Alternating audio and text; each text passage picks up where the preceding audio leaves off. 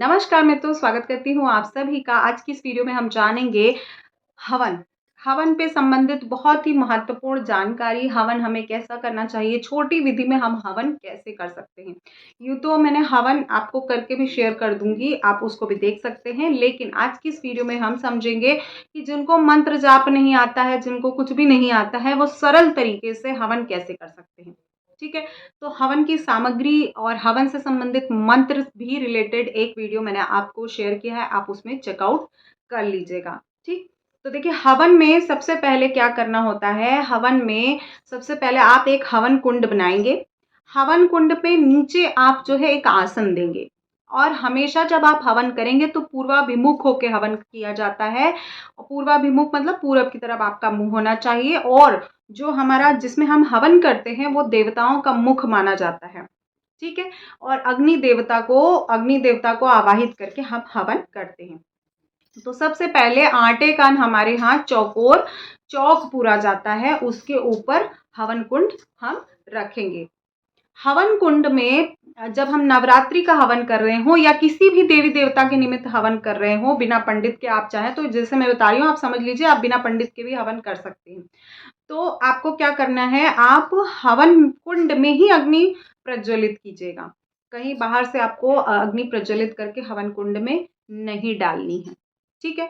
तो आप आसन लगा के बैठ जाइएगा। आसन लगा के बैठने के बाद अगर आप जो है आचमनी रखते हैं तो आचमनी से गंगा जल, नहीं तो कटोरी चम्मच में गंगा जल निकाल लीजिएगा। एक बार ओम गोविंदाय नमः ऐसे पानी पीना है आपको, फिर दोबारा आचमनी डालनी, ओम केशवाय नमः, फिर पानी पीना है, फिर ओम माधवाय नमः, फिर पानी पीना है और फिर चौथी बार में आपको हस्त प्रक्षालन करना चाहिए। ये मंत्र जाप के लिए भी मैं आपको बताती हूँ।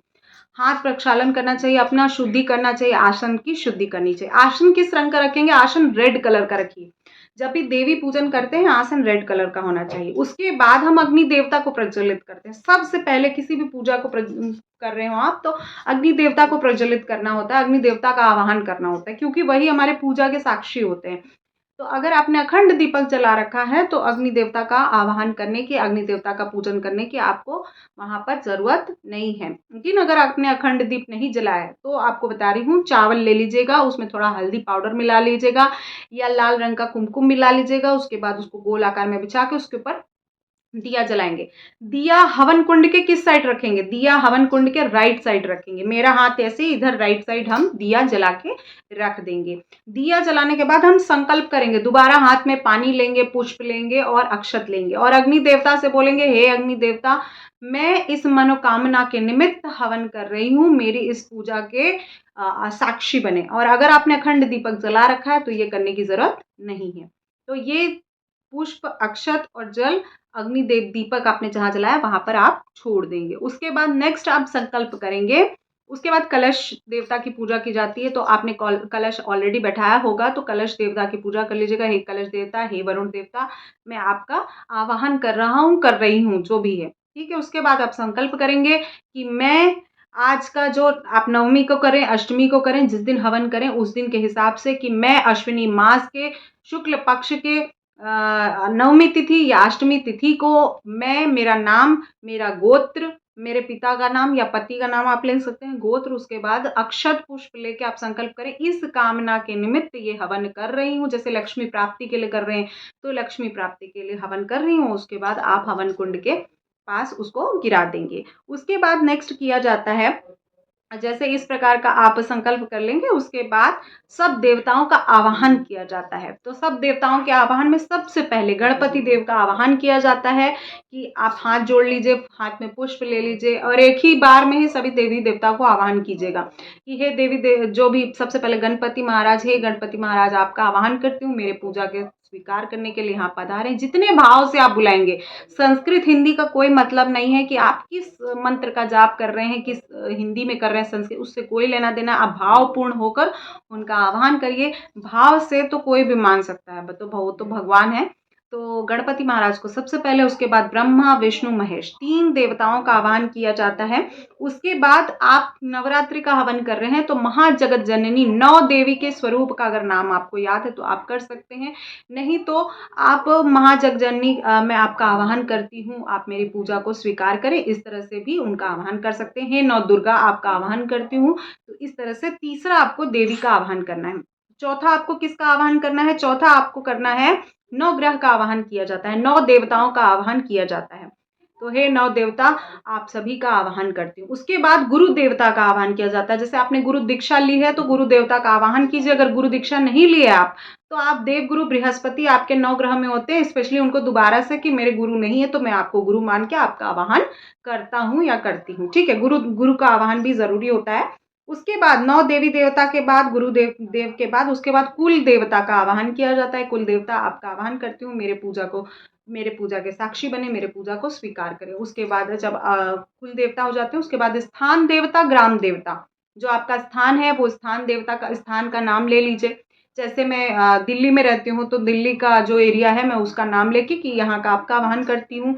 उसके बाद ग्राम देवता, जो गांव में आप रहते हैं या जो सेक्टर में या जो आपका एरिया आता हो, तो उसके हिसाब से आप उनका संकल्प लेके उनको बुला सकते हैं। ठीक है, उसके बाद आप उनको नम्र निवेदन कीजिए कि मैं आपसे निवेदन करती हूँ, मेरे पूजा के साक्षी बने, मेरे पूजा को स्वीकार करें। मेरी पूजा में जो भी मुझे पूजा विधि वगैरह नहीं आती है तो मैं जो भी आप मेरे सामर्थ्य है मैं उस हिसाब से आपकी पूजा कर रही हूँ। तो इस तरह से आपको करना है। नेक्स्ट आपको क्या करना है? नेक्स्ट आपको करना होता है दिग्बंधन। दिग्बंधन किसी भी यज्ञ की पूर्णता प्रदान करने का सामर्थ्य रखता है। तो दिग्बंधन किया जाता है जिसमें हम 10 दिशाओं से रक्षा करते हैं। जो सप्तशती पाठ किया है जिन लोगों ने, उनको दिग्बंधन करने की जरूरत नहीं है, वो ऑलरेडी दिग्बंधन में, उनको 10 दिशाओं से उनकी रक्षा करती हैं देवियां। लेकिन अगर आपने सप्तशती पाठ नहीं किया है तो आप दिग्बंधन अवश्य करेंगे। दिग्बंधन कैसे किया जाता है? हाथ में चावल ले लीजिए। हाथ में चावल लेने के बाद 8 दिशाएं होती हैं, यहाँ पे मैं स्क्रीन पे लगाऊंगी। 8 दिशाएं होती हैं, पूरब पश्चिम उत्तर दक्षिण, उसके बाद बीच बीच में ईशान कोण, और ऐसे करके 8 दिशाएं होती हैं। और 9वीं दिशाएं होती है ऊपर और 10वीं दिशा होती है नीचे। तो 10 दिशाओं में आपको चावल छिड़कना है। चावल छिड़कने के बाद जो बच जाए चावल, थोड़ा चावल 10 दिशा में ऐसे फेंकने के बाद, उसके बाद हाथ में जो चावल बचता है उसको अपने सर पे से ऐसे घुमा के उसको फिर फेंक देना है चारों तरफ से। ठीक है, इसको आप चावल के साथ भी कर सकते हैं, इसको आप पीली सरसों के साथ भी कर सकते हैं। तो इस तरह से आपको दिग्बंधन करना है। दिग्बंधन बहुत जरूरी होता है। दिग्बंधन इसलिए भी होता है कि जितनी नकारात्मक शक्तियां होती हैं वो उस एरिया में प्रवेश नहीं कर पाती जिस एरिया में हम हवन कर रहे होते हैं। उसके बाद आपको क्या करना है? लकड़ी ले लीजिए और हवन जो कुंड रहेगा उसमें आग को प्रज्वलित कर लीजिए। आग को प्रज्वलित करने के बाद आपको क्या बोलना है? आपको माचिस जला लेना है। माचिस जलाने के बाद आपको बोलना है ओम हुम फट।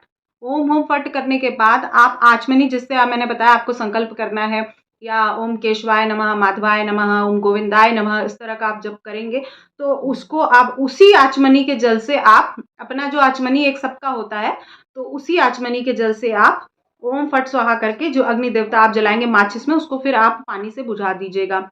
उसके बाद दोबारा आप आग जो माचिस जलाएंगे उससे आप हवन कुंड में आग जलाते हैं। वैदिक रिचुअल के हिसाब से इस तरह से करना चाहिए। अग्नि देवता को उसी में आवाहन करना चाहिए कि हे अग्नि देवता, मेरे पूजा को स्वीकार करें, मेरे प्रार्थना को ईश्वर तक पहुंचाएं। और उसके बाद उसमें कुंड में आप लकड़ी डाल सकते हैं। यूं तो आम की लकड़ी डालनी चाहिए, कंडे डालने चाहिए। अगर आप नवग्रह का करना चाह रहे हैं, आपने नवग्रह स्थापित किया है, नवग्रह शांति करना चाह रहे हैं, क्योंकि बहुत सारे लोग नवरात्र में नवग्रह शांति भी करते हैं, तो आप देख लीजिएगा नवग्रह की लकड़ियां आती हैं, उन लकड़ियों को एक एक करके उनका मंत्र डाल के, आप यहाँ पे मंत्र लगा दूंगी मैं स्क्रीन पे, आप उससे एक एक लकड़ियों को वहां पर डाल सकते हैं। ठीक है, उसके बाद आप देखिए सूरवा बनाया जाता है। सूरवा क्या होता है? रेडीमेड मार्केट में आता है, वो भी आप ले सकते हैं। अगर नहीं है तो एक ठो आम का पत्ता ले लीजिए और एक आम की लकड़ी, दोनों को बांध दीजिएगा। आगे जैसे चम्मच बनाया जाता है, बहुत से लोग चम्मच से भी करते हैं, लेकिन वो चम्मच घर के खाने वाला नहीं होना चाहिए, वो शुद्ध होना चाहिए और केवल हवन में यूज होता है। तो सूरवा आप ले भी सकते हैं। उससे आपको पहले क्या करना है? 7 बार या 5 बार घी से आहुति देनी है। घी से आहुति देनी है 7 बार या 5 बार। तो मान लीजिए पहले आप जो आग जल गई है हवन कुंड में उसमें आप डालेंगे 1 बार, फिर उसके बाद उसी को आप एक कटोरी रख लीजिएगा और उसमें पानी डाल दीजिएगा और उसी के ऊपर गंगा जल डाल दीजिएगा, उसके ऊपर वो घी आप चुबा देंगे। तो 5 बार आपको इस तरह से करना है। उसके बाद अगर आपने गुरु दीक्षा ली है तो आप गुरु मंत्र जो होगा उसको आवाज़ नहीं आनी चाहिए। गुरु मंत्र आप बोल के आप 5 बार, 7 बार, 11 बार आप हवन कर सकते हैं। ठीक है? घी से ही करना है आपको, अभी आहुति आपको नहीं डालनी है, घी से ही करेंगे उसके बाद। ठीक है? उसके बाद उसके बाद आपको क्या करना है, सबसे पहले 9 ग्रह, जो 9 ग्रह होते हैं उनके लिए हम यहाँ पर करते हैं, हवन करते हैं। तो लकड़ी भी डालते जाएंगे और आप हवन भी करते जाएंगे। तो सबसे पहले सूर्य देवता के लेके जाता है, ओम सूर्याय नमः। तो स्वाहा, पहले आप इस तरह से जो हमारा वो रहेगा जिससे हम हवन करेंगे, हवन सामग्री इस तरह ले लीजिए। उसके बाद बोलिए ओम सूर्याय नमः। उसके बाद जब आप अग्नि में डालेंगे तब बोलेंगे स्वाहा। स्वाहा जैसे ही बोलते हैं तो अग्नि देवता का मुख खुल जाता है। तो स्वाहा आप जब बोलेंगे तब डालना है आपको, इस चीज़ को ध्यान रखिएगा। इसी तरह से आपको हवन कुंड में डालना है, इसी तरह से आपको पकड़ना है। और ये 3 उंगलियों का प्रयोग करते हैं। जब घी का आप पकड़ते हैं चम्मच तो भी इसी तरह से 3 उंगलियों से ही घी का जो हम बनाएंगे सुरवा या आप चम्मच से डालें तो उस तरह से ही किया जाता है, स्वाहा। तो इस तरह से आपको हवन करना चाहिए। तो इस तरह से 9 ग्रह का मैं यहाँ पे डाल दूंगी, आप उसको चेकआउट कर लीजिएगा। उसके बाद नवार्ण मंत्र से हवन करना चाहिए। नवार्ण मंत्र बोले कितने मंत्र से हवन करें, 108 108 मिनिमम आपको नवार्ण मंत्र से हवन करना चाहिए। ज़्यादा से ज़्यादा आप अपने संकल्प के हिसाब से कर सकते हैं। उसके बाद जैसे नवार्ण मंत्र ओम ह्रीम क्लीम चामुंडाय विच्चे, इस तरह से कर सकते हैं आप। तो ये नवार्ण मंत्र है। आप कोई भी नवार्ण मंत्र जिस देवी को आप प्रसन्न करना चाहते हो, लक्ष्मी हो गई, सरस्वती हो गई, महाशक्ति हो गई, महाकाली हो गई, आप जिनके निमित्त करना चाहते हैं उनका नवार्ण मंत्र लेके, बीज मंत्र लेके हवन कर सकते हैं। ठीक है? तो 108 बार आप करेंगे जो हमारा नवार्ण मंत्र होता है या देवी मंत्र जिनकी आप सिद्धि कामना करना चाहते हैं उनका मंत्र से आप हवन कर सकते हैं। उसके बाद गुरु के नाम से हवन किया जाता है। उसके बाद कुल देवता के नाम से हवन किया जाता है, स्थान देवता के नाम से हवन किया जाता है। एवं ओम कुल देवताभ्यो नमः स्वाहा। तो एक ये इस तरह से आप कर लीजिए। तो ऐसे करके गुरु के नाम पे 5 किया जाता है। देखिए गुरु के नाम पर 5 से नीचे नहीं किया जाता। 5 बार आहुति डाल दे गुरु के नाम से, फिर उसके बाद स्थान देवता के नाम से 1 बार, कुल देवता के नाम से 1 बार आप आहुति डाल सकते हैं। इस तरह से आपको हवन करना है। उसके बाद स्वष्टीकृत किया जाता है। स्वष्टीकृत में जैसे हम कोई मीठी चीज़ डालते हैं, जैसे मिठाई हो गई। अब मिठाई का थोड़ा हमें प्योरिटी का इशू रहता है तो हम मिठाई का प्रयोग नहीं करते हैं, हम लोग गुड़ का प्रयोग करते हैं। तो गुड़ ले लीजिएगा, गुड़ को देसी घी में डुबो दीजिएगा अच्छे से, प्रॉपर उसके ऊपर देसी घी लग जाए। उसके बाद जो सुरवा बनाएंगे या जो आम का पत्ता होता है उससे उस गुड़ को उसी में रख के आम के पत्ते के ऊपर या चम्मच के ऊपर आप डाल दीजिएगा। स्वष्टीकृत किया जाता है। स्वष्टीकृत करने के बाद स्वष्टीकृत करने का बहुत फायदा भी है। स्वष्टीकृत करने से जितने भी प्रकार का उच्चाटन, मोहन, मारण, टोना टोटका, किसी भी प्रकार की नेगेटिव एनर्जी होती है उससे दूर हो जाता है। तो हवन में स्वष्टीकृत अवश्य कीजिए। स्वष्टीकृत का विशेष विधान भी बताया गया है, आप उसको पढ़ सकते हैं। तो इस तरह से स्वष्टीकृत करना जरूरी है। उसके बाद देखिए, उसके बाद आपको क्या करना चाहिए, उसके बाद पूर्णाहुति करनी चाहिए। पूर्णाहुति जैसे कि बहुत से लोग नारियल से करते हैं। अब नारियल लोगों का जलता नहीं है, ठीक है। नारियल लोगों का जो है कि कई लोगों का फट जाता है, कई लोगों का दिक्कत होता है। तो देखिए नारियल से अगर करना चाहें तो आप कर सकते हैं, मैंने ऑलरेडी शेयर किया हुआ है, आप चेकआउट कर लीजिएगा। हम लोग क्या करते हैं, हम लोग सुपारी से करते हैं। सुपारी, लौंग, इलायची लेकर पूर्णाहुति कर देते हैं। पूर्णाहुति करने के लिए खड़े हो जाते हैं, जहां आप आसन पर बैठे हैं वहां आप खड़े हो जाइए और लास्ट में पूर्णाहुति दी जाती है। ठीक, उसके बाद आपको आरती करनी है। आरती जैसे आप देवी का आरती कर सकते हैं, क्योंकि नवरात्रि का है तो हम लोग देवी का आरती करते हैं, ओम जय अम्बे गौरी, इस तरह से आप कर सकते हैं। आरती करने के बाद बैठ जाइए, आप अपने स्थान पर बैठ जाइए और उसके बाद आपको हस्त प्रक्षालन करना चाहिए। जो आरती का शीतलीकरण किया जाता है, आरती को जो आचमन हम लेंगे, आचमनी लेंगे, उससे हम 3 बार जो आरती होती है उसकी शीतलीकरण करते हैं एंटी क्लॉकवाइज। देखिए ऐसे लेफ्ट हैंड से घुमाते हुए राइट हैंड की तरफ, इस तरह से हम आरती का शीतलीकरण करते हैं। उसके बाद भस्म धारण किया जाता है। तो भस्म धारण करने का विधान है कि जो अग्नि जल रही है उसी के ऊपर चम्मच या सुरवा आप लगा देंगे तो थोड़ा थोड़ा काला हो जाता है उस पर, उसी को लेकर तिलक किया जाता है। इसको बोलते हैं भस्म धारण करना। तो भस्म धारण कैसे करना होता है, भस्म धारण करने का मैं आपको बता देती हूँ। सबसे पहले माथे पर, कहाँ पे धारण करना चाहिए उसको, माथे पर धारण करना चाहिए। उसके बाद गले पर धारण करना चाहिए। उसके बाद लेफ्ट हैंड पर धारण करना चाहिए, ठीक है। अगर लड़कियां हैं तो राइट हैंड पे धारण करना चाहिए। उसके बाद हृदय पे धारण करना चाहिए। तो भस्म धारण करने के 4 स्थान हैं, 4 स्थान को आपको धारण करना चाहिए। उसके बाद प्रदक्षिणा, जो हवन कुंड होता है उसका हम परिक्रमा करते हैं कि जितने देवी देवता आए हैं सब वहां पर विराजित हैं, मैं सब देवता देवी देवता का वो कर रही हूँ, परिक्रमा कर रही हूँ, ठीक है। तो इस तरह से आपको कर देना चाहिए।